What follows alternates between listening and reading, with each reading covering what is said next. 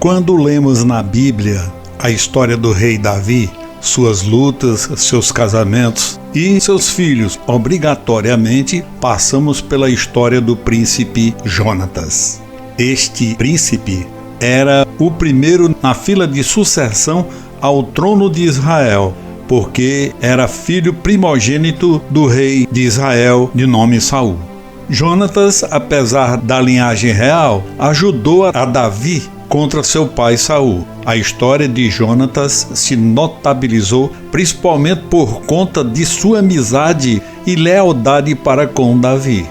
Como dissemos, Jonatas era filho do rei Saul com Ainoã, uma hebreia da tribo de Benjamim, esposa do rei Saul.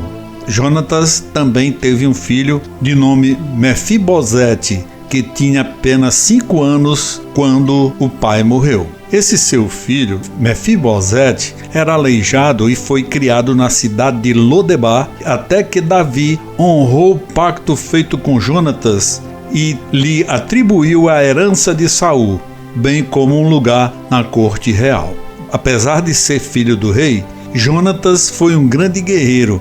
Após a decisiva vitória de Saul sobre os amonitas, o exército de Israel foi separado em 2 divisões, ficando uma delas sobre a liderança de Jonatas. E nesse contexto que ele aparece na narrativa bíblica, sendo citado como vitorioso em Geba, um posto avançado dos filisteus, após ter matado um dos líderes daquele povo. Por ser um destemido e hábil guerreiro, de posse de apenas um escudo, ele derrotou uma guarnição inteira dos filisteus. Naquela época, os judeus já faziam propósito com Deus, com sacrifícios físicos. Um deles era o jejum.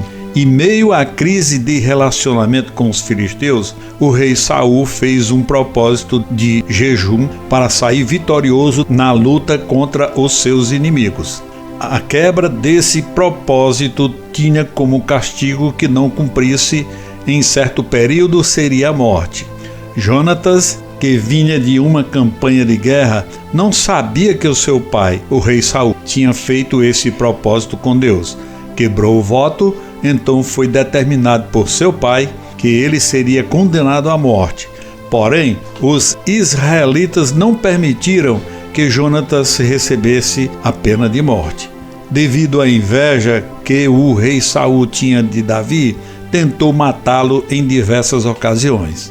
Por ser amigo e admirador de Davi, Jonatas mediou o conflito que existia entre seu pai, rei Saul, e Davi, que foi em vão, porque já determinado por Deus que a linhagem de Saul daria lugar para a linhagem de Davi ao trono de Israel.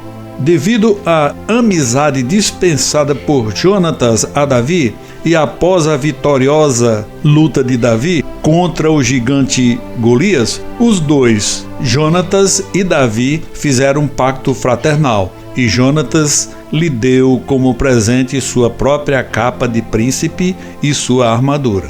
Apesar de que Jonatas ser o primeiro herdeiro do trono de Israel e de que Davi não pertencia a essa linhagem, ele reconheceu que Davi era o homem escolhido por Deus para reinar em Israel, demonstrando que a amizade de ambos era sem nenhum resquício de interesse material. Após que os amigos terem ficado fortalecidos na fé em Deus, eles renovaram entre os dois, prometendo proteger a descendência um do outro. E quando Davi fosse empossado como rei de Israel, Jonatas seria seu segundo. Tragicamente, esse desejo de seus corações não foi realizado, porque Jonatas morreu na luta, na derrota dos israelitas contra os filisteus, ao lado de seus irmãos e seu pai, rei Saul.